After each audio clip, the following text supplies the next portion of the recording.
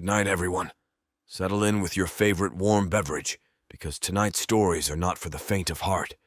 These tales are intended for mature listeners and may be unsettling for younger audiences. Let's start with our scary bedtime story, your nightmare stream. It's always the red dress. My office was located right opposite a famous temple at Tilak Air. It wasn't uncommon to hear keyboards typing away at empty desks or see the printer activated when no one was near it. But nothing spooked me as much as this incident. It was 3 a.m. and a handful of us were preparing for a business pitch in our conference room. As it was dead silent, we heard the chuckles of a young child before we saw a little girl in a red dress running across the hall and disappearing off into the wall. Needless to say, we all decided it was time to call it a day. The next night, curiosity got the better of me. I stayed back alone, determined to understand what I had witnessed. The office was eerily quiet. The only sound was the hum of the air conditioning. I settled into my chair, my eyes fixed on the corridor where the girl had disappeared. The minutes ticked by slowly, my anticipation growing with each passing second. Suddenly, the silence was shattered by the sound of faint giggles echoing through the office. I held my breath, my heart pounding in my chest. The little girl appeared again, her red dress a vivid contrast against the dimly lit hallway. She ran across the hall, her feet barely touching the ground, before vanishing into the same wall. Determined to find out more, I approached the spot where she had disappeared. The wall was solid, with no signs of any hidden passages or doors. Confused and unnerved, I returned to my desk. Just as I sat down, the lights flickered and went out, plunging the office into darkness. The giggles returned, louder and more sinister this time. I fumbled for my phone, using its light to navigate through the pitch-black office. As I made my way back to the conference room, I felt a cold breeze brush past me, sending chills down my spine.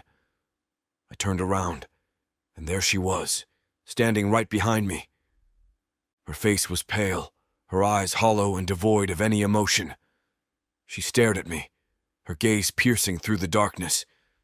I tried to speak, but no words came out. She pointed to the corner of the room, and as I followed her gaze, I saw a shadowy figure with glowing red eyes staring back at me. Paralyzed with fear, I couldn't move. The little girl started to walk towards the figure, and as she did, she began to dissolve into thin air.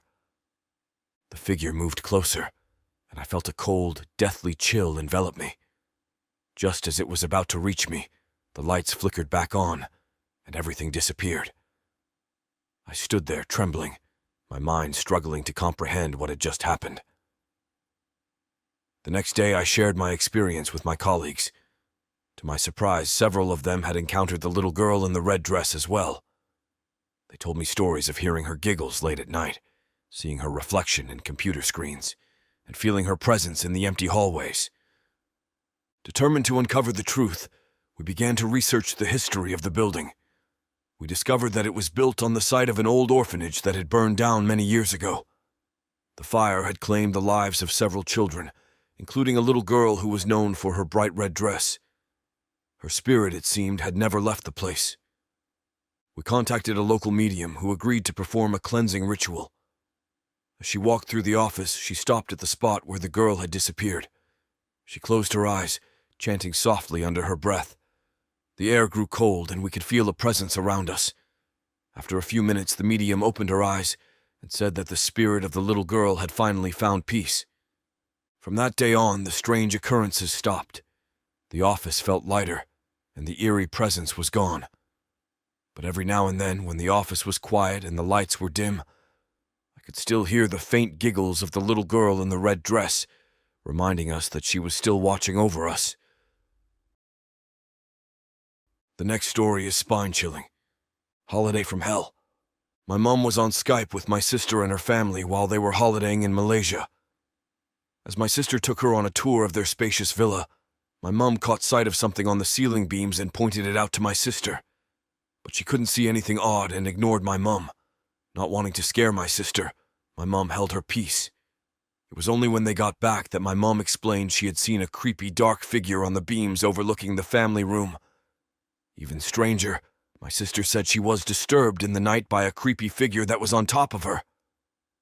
The night they returned, my sister woke up screaming. She described the figure in horrifying detail.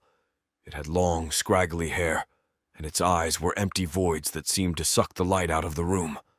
It whispered in a language she couldn't understand, but the tone was menacing, filled with malice. The figure pressed down on her chest, making it hard to breathe. She could feel its cold, clammy hands wrapping around her neck. Just as she felt she was about to pass out, it vanished, leaving her gasping for air and drenched in sweat. The next night, the same thing happened.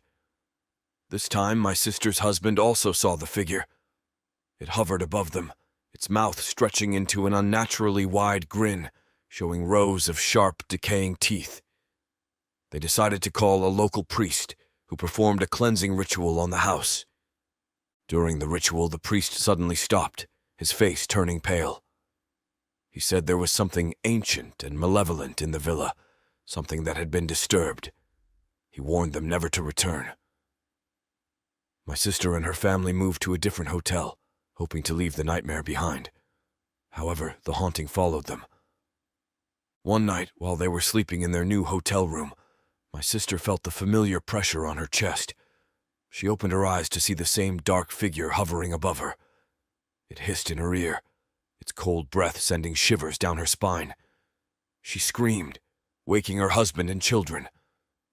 The figure disappeared, but the fear remained. Desperate for answers, my sister sought out a local shaman.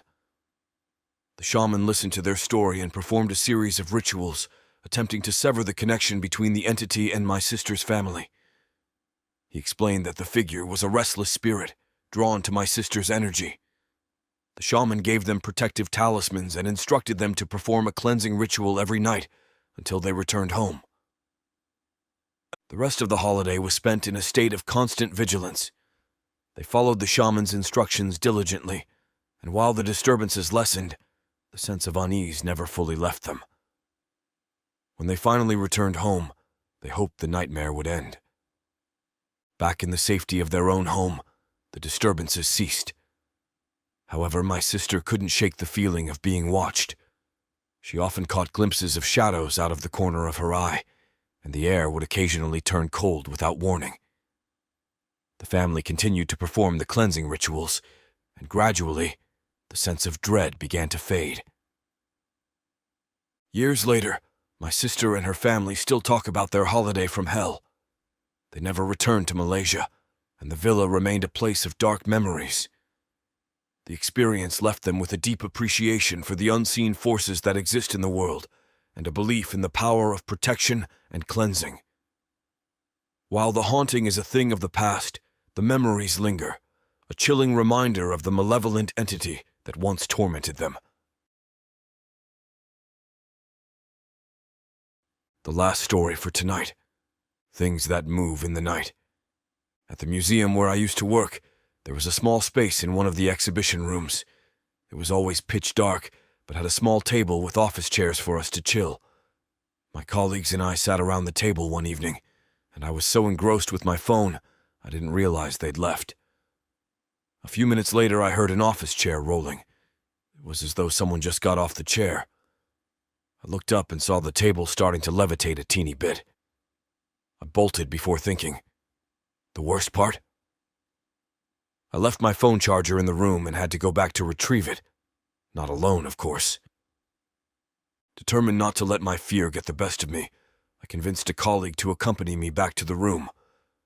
As we approached the door, the air grew colder, and a sense of foreboding washed over us. We hesitated for a moment, then pushed the door open. The room was exactly as I had left it, except for one thing. The office chair was now positioned in the middle of the room, facing the door. We cautiously stepped inside, and I quickly grabbed my charger. Just as we were about to leave, the chair started to move on its own, rolling slowly towards us. My colleague and I exchanged terrified glances and bolted out of the room, slamming the door behind us. We stood in the hallway, our hearts racing, trying to make sense of what we had just witnessed. The next day, we reported the incident to our supervisor. She listened patiently and then revealed that we weren't the first to experience strange occurrences in that room. Over the years, there had been numerous reports of objects moving on their own, unexplained cold spots, and the feeling of being watched. The room, she explained, was once part of an old storage area that had been sealed off for decades. Intrigued and determined to find an explanation, we decided to conduct an overnight investigation. Armed with cameras, voice recorders, and a few brave volunteers, we set up in the room after closing time. As the night progressed, we captured a series of inexplicable events.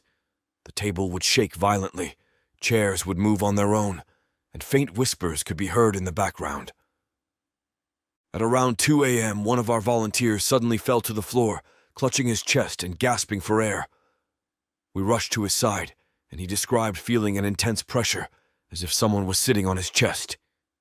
We quickly evacuated the room and called for help. The volunteer was taken to the hospital, where doctors found no physical cause for his symptoms. Shaken but undeterred, we continued our investigation over the next few nights. We discovered that the disturbances seemed to be centered around a particular corner of the room. Digging through old records, we learned that the museum was built on the site of an old hospital, and that corner of the room was once part of the morgue.